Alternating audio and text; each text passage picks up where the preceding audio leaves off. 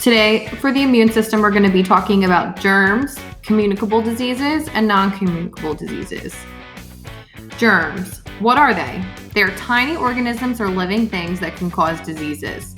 We're going to talk about 4 types of germs today: the virus, the bacteria, the protozoa, and the fungus. The first germ we're going to talk about is a virus. Viruses need to be inside of a cell to reproduce. It's called a host. So if you have a virus, it needs to be inside of you to be living.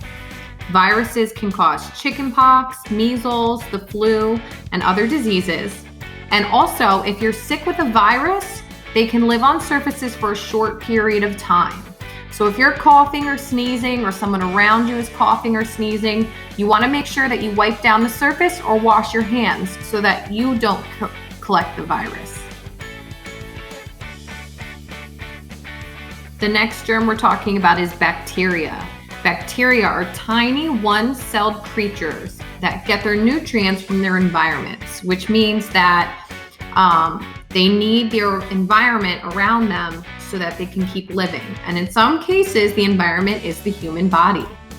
Bacteria can reproduce outside of the body or within the body as they cause infections. So unlike viruses, where viruses can't live outside the body for too long, bacteria can, and they can reproduce outside of the body, okay? Some infections that bacteria can cause include ear infections, sore throats like strep throat. They also cause cavity in our teeth and pneumonia. But not all bacteria are bad. Some bacteria are good and live in our bodies to keep things in balance. In our stomach and in our intestines, there's bacteria that helps us to digest foods. So not all bacteria causes you to be sick. Some bacteria is actually good for you and helps your body to work the right way. The other 2 types of germs are fungus and protozoa.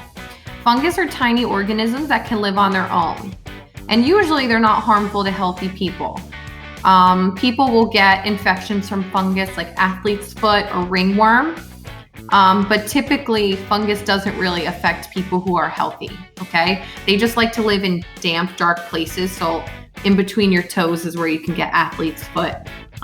Or in sweaty places, you can get ringworm. That's where they like to grow, but usually they're not harmful. And then there's protozoa, and those are one-celled organisms, and they usually live in the water.